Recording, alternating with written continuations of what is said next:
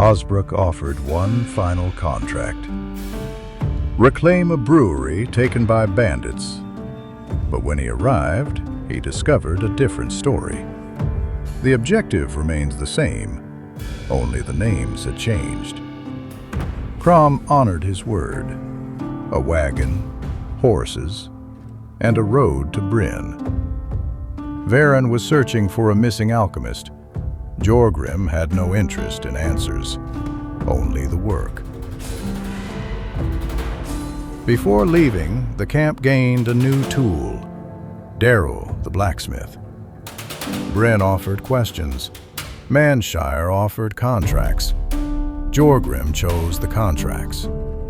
Now, a new job awaits.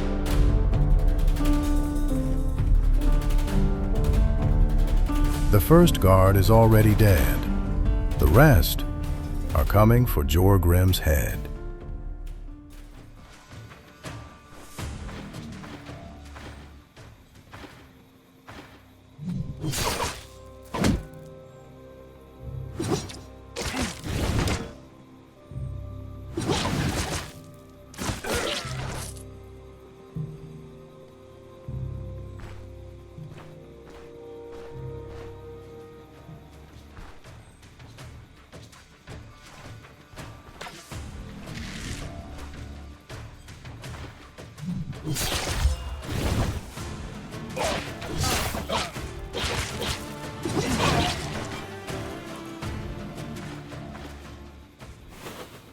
The others found the body moments later. Anger came first, caution did not. They rushed the dwarf, convinced the outcome had already been decided. Jorgrim had seen that before. Men who mistook numbers for an advantage. The first fell, then another. The forest grew quiet once more, and Jorgrim kept moving. The guards outside had been easy. That could mean one of two things. Either the job was beneath expectations, or the dangerous men were deeper inside. A question the next bandits would soon answer.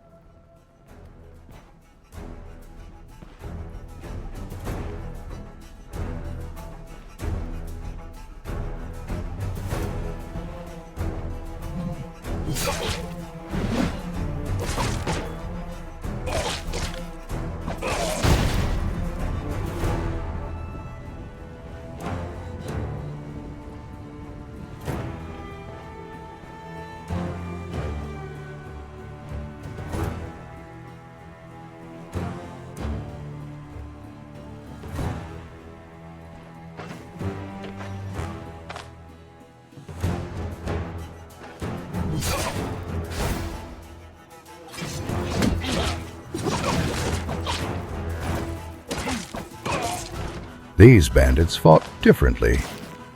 For a moment, they put Jorgrim in a difficult position, but the dwarf endured, as he always had. Perhaps those men were better than the ones before. Jorgrim wasted no time thinking about it. The bandits had gotten lucky, nothing more. There was still work to do, and as he caught his breath, more men arrived to block his path.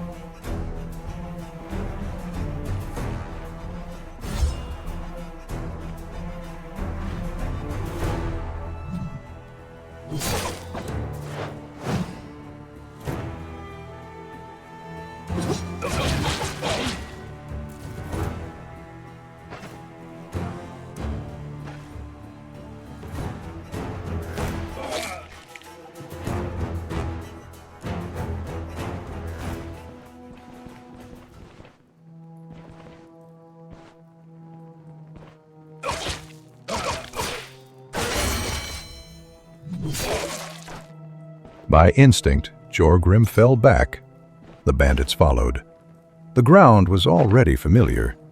The first man fell before he could land a single swing. The other two watched his blood soak into the ground. And they decided that staying in the fight was a bad idea.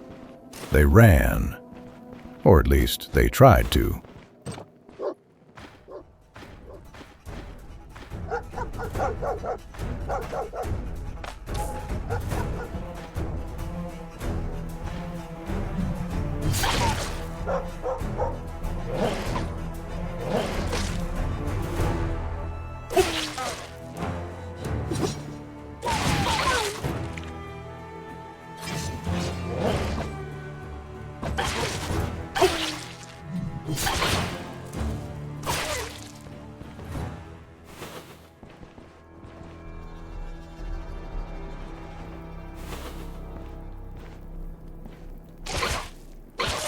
War dogs.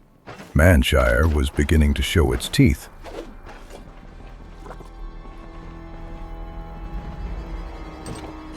More men. A leader. He had fought enough battles to recognize a bad position. This was one of them. Jorgrim fell back. The bandits followed.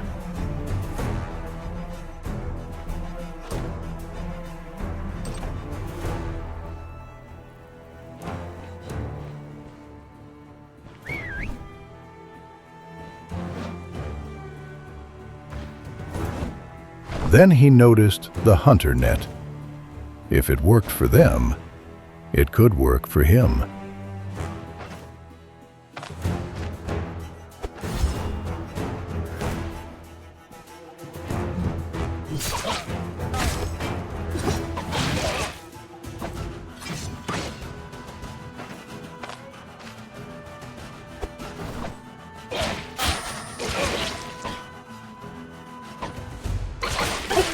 The net dropped.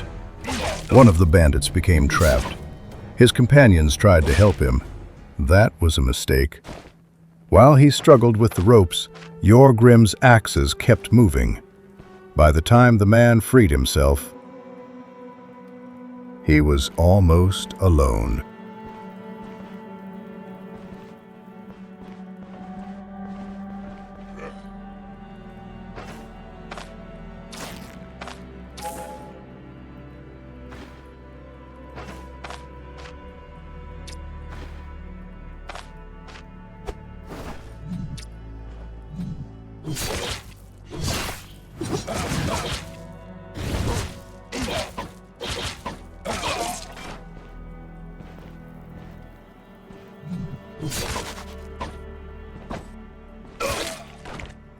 The leader fell like the others. Jorgrim cut off the ear and stored it with the rest of his belongings. Then he searched the room. Food, coins, tools. Nothing he would remember a week from now. There were still men somewhere inside the fort, and as long as work remained unfinished, there was no reason to stop.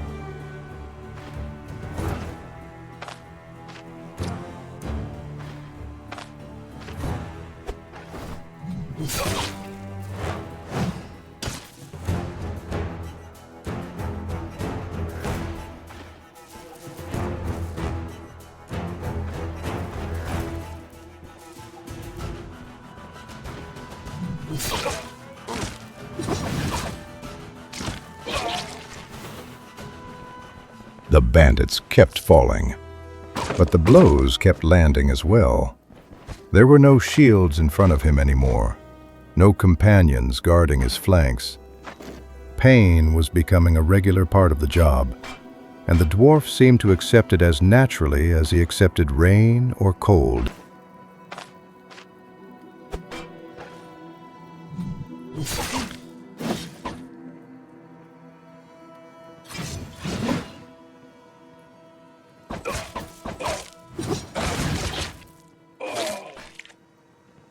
That was how Jorgrim had been raised. Pain mattered little. Fatigue mattered little. In the north, no one stopped because things became difficult. They simply kept moving forward.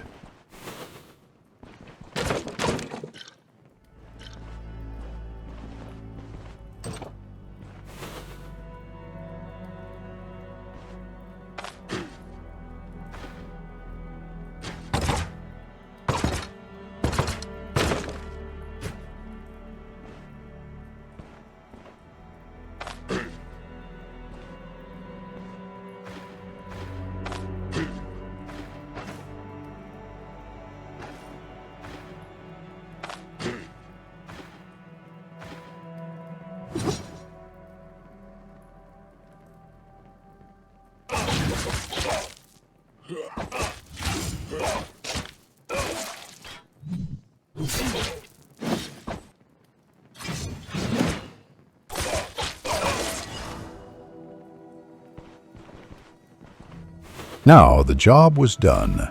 The first contract in Mannshire, and likely not the last. Once Jorgrim would have returned to town to sell what he didn't need, to find a bed, to prepare for the next contract. Now he had something better. A wagon, horses, a place to store supplies, a place to sleep. Less time traveling, less time organizing, more time working. That was all that mattered. As long as the horses could keep moving, so could Jorgrim.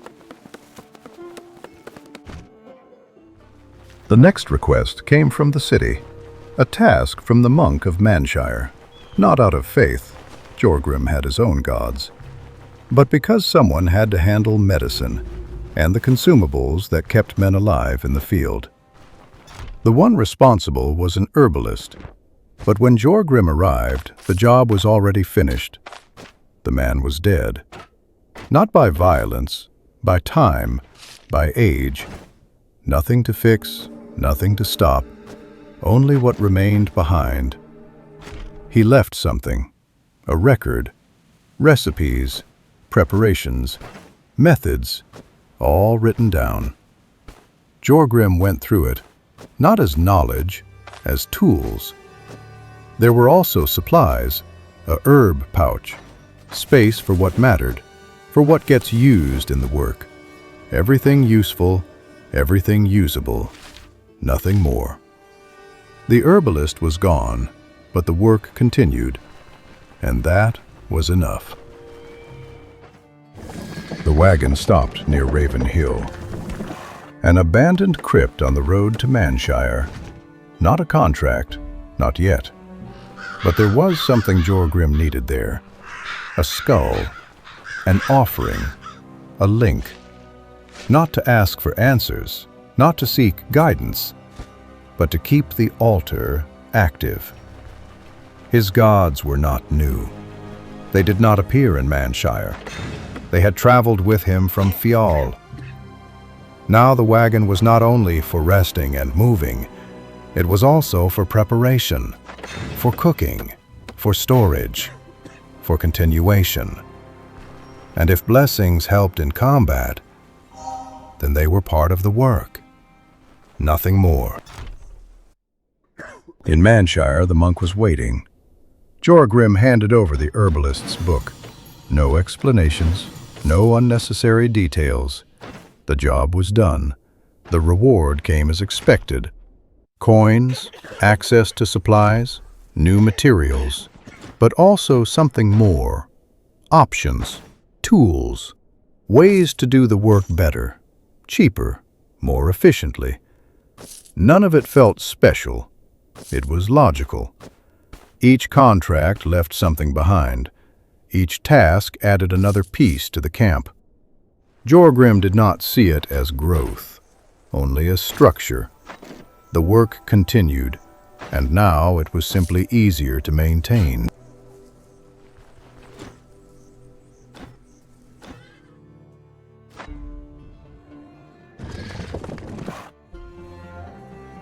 At the Mannshire military outpost, the reward was claimed.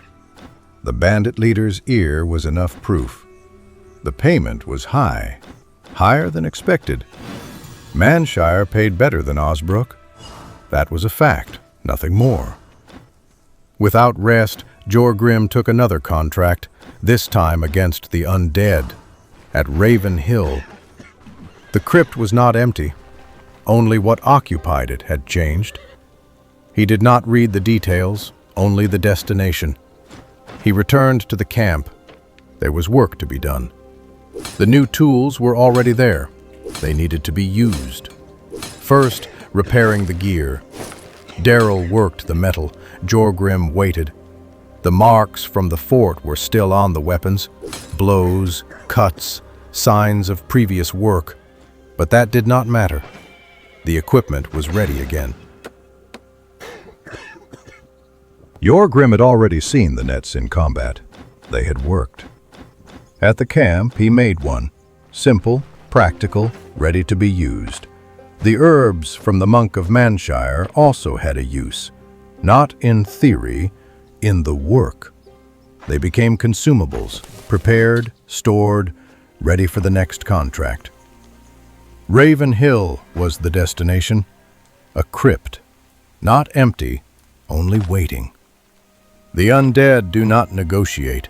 They do not retreat. They do not leave. That only meant one thing: work still to be done.